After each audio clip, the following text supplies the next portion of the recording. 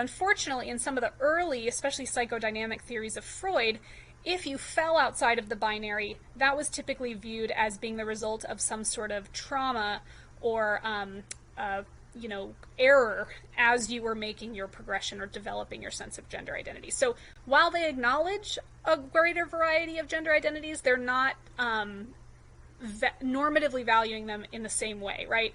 Masculinity and femininity are still going to be seen as positive associations, whereas if you fall outside of that, they're going to see that as quote unquote something being wrong, right? Something went wrong in your development. And this is again tied to sexuality. So we have two different models here, right? So one is that your gender determines your sexuality, right? So the causal relationship is going this way. And these other views are the idea that your sexuality influences your gender, right? So the causal relationship just goes the other way. And so again, overall, they're going to have the same ideas about gender as being socially constructed as well as sexuality. But even though sexuality is unfixed, right, meaning that you could, it's not going to be determined by your nature, that doesn't mean it's fluid. So that doesn't mean that it can change all the time. So it's not going to be fixed on your nature, which allows, at least for homosexuality, but it is not going to be considered fluid, in that they're not going to say that you can change your sexuality over time, right, which some of the more progressive theories will allow for. Right, so an example of gender being the foundation of one's sexuality, right, is the idea that,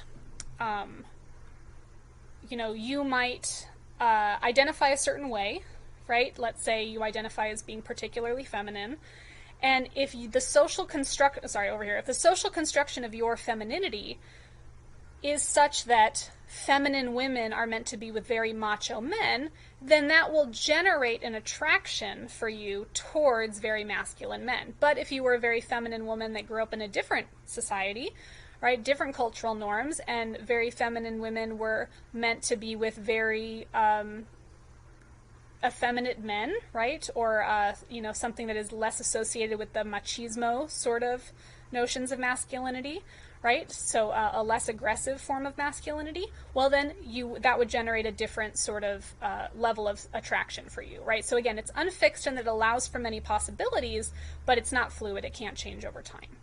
This other causal direction, right, saying that your sexuality determines your gender, is such that, okay, let's say you are a heterosexual. So you are a particularly feminine woman, right? And in your society, the kind of men you're attracted to, right? Or sorry, I should start with your sexuality. So you are a heterosexual woman in this case, and you are attracted to, let's say, macho men, right? So if the macho men in your society are attracted to very feminine women, you might perform a gender or cultivate a gender that is especially feminine, right? So the idea is that your gender is serving a role here to attract the person that you're interested in, right? So gender here is then just a reflection of your sexuality, which is really interesting, right? So lots of different views on which way it goes that have some interesting implications.